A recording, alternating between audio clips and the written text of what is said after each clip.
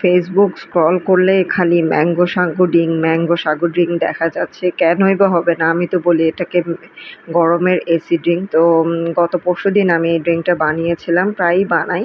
তো আমি কিভাবে শর্টকাট ওয়েতে বানাই সেটা আপনাদের সাথে শেয়ার করছি। তো প্রথমেই আমি নিয়েছি ১ কাপ সাগু, এটাকে সেদ্ধ করে নেব।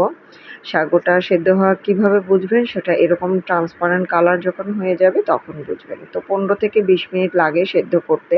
সেদ্ধ করার পরপরই চেষ্টা করবেন যখন স্ট্রেন করবেন তখন পানি দিয়ে ধুয়ে নিতে। না হলে কিন্তু ভাপে এটা মানে ভাপে কিন্তু এটা হতে থাকে।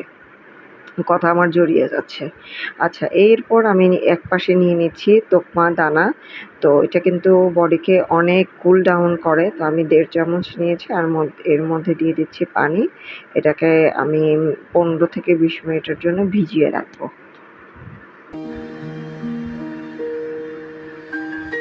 আর এখন নিয়ে নিচ্ছি ১ লিটার দুধ। এর মধ্যে দিয়ে দিয়েছি custard powder 1 table spoon. Whisk করে নিচ্ছি। আমি কিন্তু চুলা ধরিয়ে দেইনি।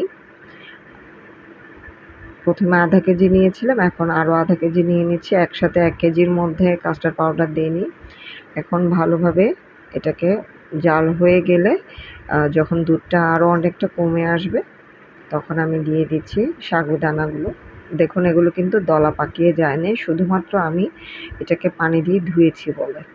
এখন আমি সব কিছু একসাথে নেড়ে চেড়ে দিচ্ছি। আর এর মধ্যে এখন আমি দিয়ে দিব ১ কাপ ম্যাঙ্গো পাল্প।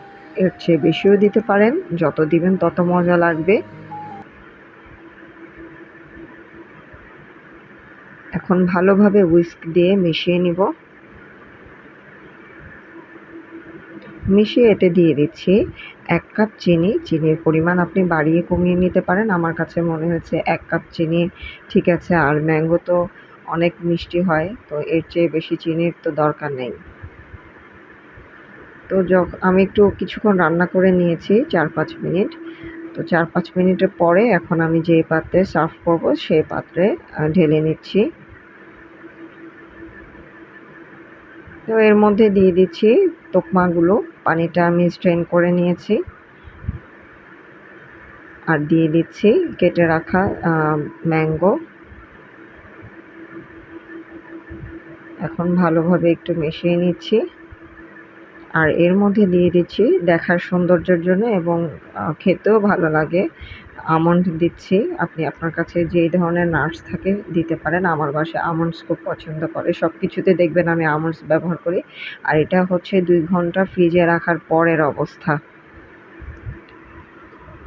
সো যারা এখনো এভাবে বানিয়ে খাননি, তো আমি তাদেরকে রিকোয়েস্ট করব এইভাবে সিম্পল ওয়েতে বানিয়ে একবার খেয়ে দেখতে পারেন, খুব ভালো লাগবে।